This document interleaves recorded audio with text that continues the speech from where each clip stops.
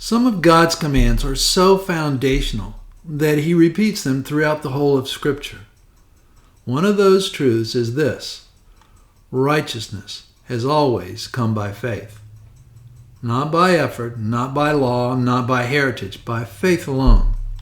My name is Dave Hughes, and this is Glory Bound Ministry. Today we're stepping into Paul's argument for the gospel of grace, beginning with Galatians 3, verses 6 to 9. Just as Abraham believed God, and it was credited to him as righteousness, therefore recognize that it is those who are of faith who are the sons of Abraham. The Scripture, foreseeing that God would justify the Gentiles by faith, preached the gospel beforehand to Abraham, saying, "All the nations will be blessed in you." So then, those who are of faith are blessed with Abraham, the believer. Paul reaches back 2,000 years to make a present tense point. The gospel is not new. It is ancient, and it is rooted in Abraham. Genesis 15:6. Then he believed in the Lord, and he credited it to him as righteousness. Well, Abraham wasn't righteous because he was flawless. We know that. We also know he wasn't righteous because he obeyed God perfectly. He was righteous because he believed God. Faith opened the door, and God supplied the righteousness. Paul makes a stunning claim. It is those who are of faith who are sons of Abraham. Paul is saying it has nothing to do with one's lineage or adherence to the law. Righteousness belongs to those of faith.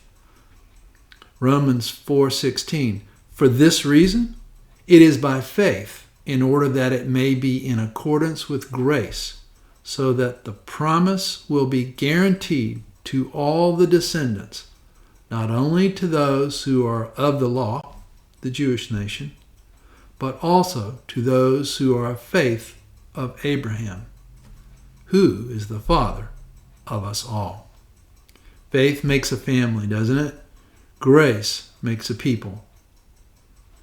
Then Paul says something even more remarkable. The Scripture preached the gospel beforehand to Abraham. That's before Moses, the Sinai, before the law was given, and before Israel even existed. God was already announcing his plan. All the nations will be blessed in you, Abraham. So I want to connect this to Acts 3:25-26. It is you who are the sons of the prophets, saying to Abraham, and in your seed all the families of the earth shall be blessed. For the first God raised up his servant and sent him to bless you.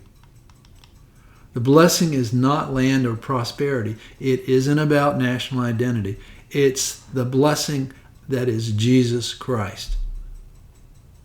Paul brings this to a point. Those who are of faith are blessed with Abraham, the believer. This means the gospel is older than the law. Salvation has always been by faith, never by performance. God's plan was always to include the nations, every tribe, every people, every background.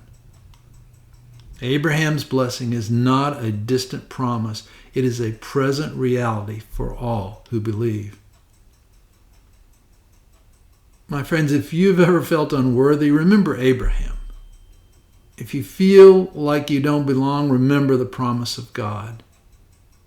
And if you feel like you have nothing to offer, remember this: God counts faith as righteousness, and it is not because faith is powerful, but because the one we trust in is. Walk in that blessing, stand in that grace, live as a child of Abraham, by faith, my friends, by faith. Have a good day.